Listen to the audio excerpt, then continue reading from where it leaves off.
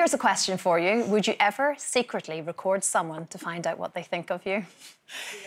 Yeah? Would you? Straight in. The idea came from Hollywood actress Tiffany Haddish, who sets her phone to voice memo before auditions.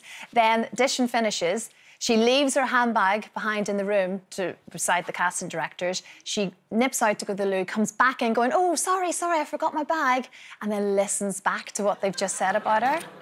She must be addicted to rejection. Brilliant, isn't it?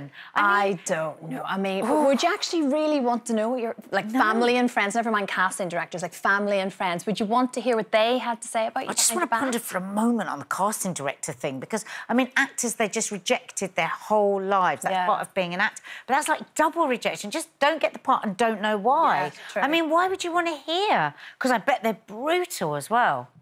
It's a clever way of doing it, though, isn't it? Isn't it? Like, put your phone on and you're like, "Oh, I forgot my bag."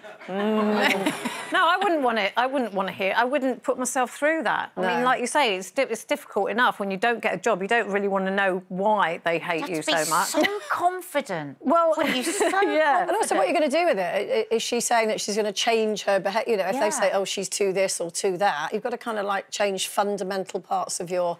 And imagine if they say there's just something fundamentally wrong with her that cannot be changed. It's the very essence of her. It's almost her soul. Then what are you going to do for the rest of your life? What if they said it's your size? You're just too big for the part. What would you do? I mean, that would be devastating, wouldn't it? The only time I ever think about recording is, you know, when you have a row with your other half. Yes. And then later on you go, "Well, you said whatever," and they go, "No, I didn't. No, I didn't." And you think, "Why didn't I record it?" And then you can just go, "I'm going to play it back to you right now." No, you definitely don't want to do that, because I've done that, and it's dreadful. It's like delete. No, or sometimes if I'm a bit drunk and I know I won't remember, I write it down, but then I can't, because I can't understand what it is, because it's gobbledygook. It's like... Actually, now you've said that, I've just thought of this. Somebody that I would like to record is my children. What they think about you, don't you know? What, when you're not in the room? It seems... They don't think very much of me, so I'd like to think that when they're behind closed doors, they go, "Oh, she's lovely, really, isn't she?" Do you think they won't? No, Jane's saying don't do that. You'd be devastated. Do you know they love you? I'm devastated every day. I can't bear it if you like behind closed... I'm convinced that behind closed doors, it's all good news for me with my kids. Well, sometimes, sometimes you don't have to record it.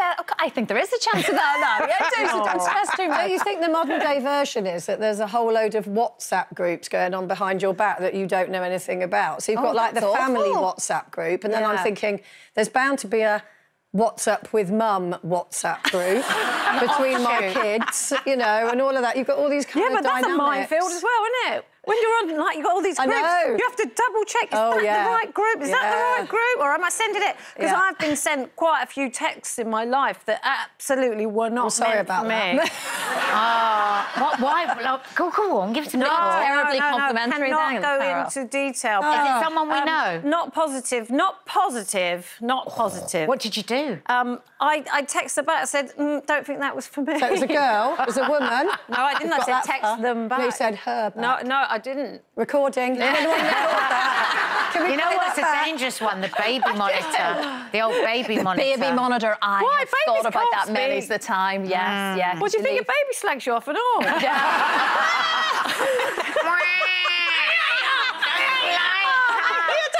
She's going to sing me a lullaby. Make it I think it's gone too far. Like, people wanting to know all the time what you think or what everybody thinks. Yeah. If I get asked to do feedback or comments on like, I bought like the tiniest little thing, like a little screw set thing on an online thing, and so I keep getting surveys through. Give us your feedback on this screw thing. Yeah, I got it. Yeah. It's a screw thing. I ordered it. I don't know what the screw thing is.